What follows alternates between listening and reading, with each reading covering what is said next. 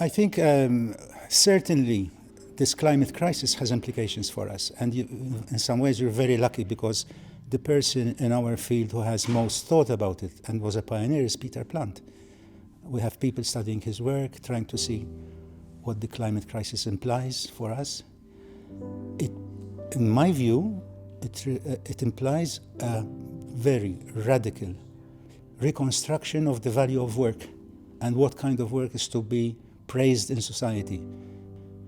We create a world, but then we don't distribute it in such a way that people reach at least a dignified and flourishing life. So that is why it is not the answer. We are a society where there are clearly winners and clearly there are losers. Finding new structures for human beings to congregate in such a way that there are as few as possible, ideally no losers. Now, this takes time.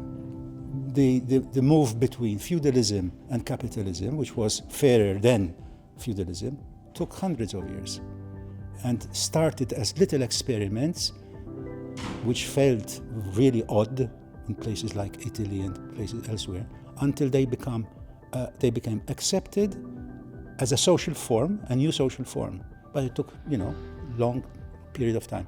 We might be at this point in the what is called the interregnum. We are between leaving one way of organizing society, trying to find another way of organizing it. And some of the experiments I referred to that Eric Olin Wright wrote about, utopias now, they are human beings' experiments with a different way of producing wealth and sharing it. I am hopeful. And we have a role to play as careers advisors also in that, because a lot of our work is educational in purpose.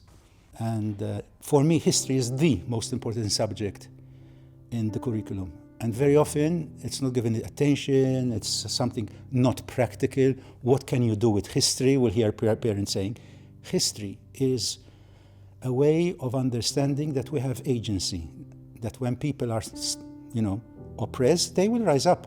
No doubt about it. They will rise up at some point. We don't know when, but they will rise up. And that gives me hope.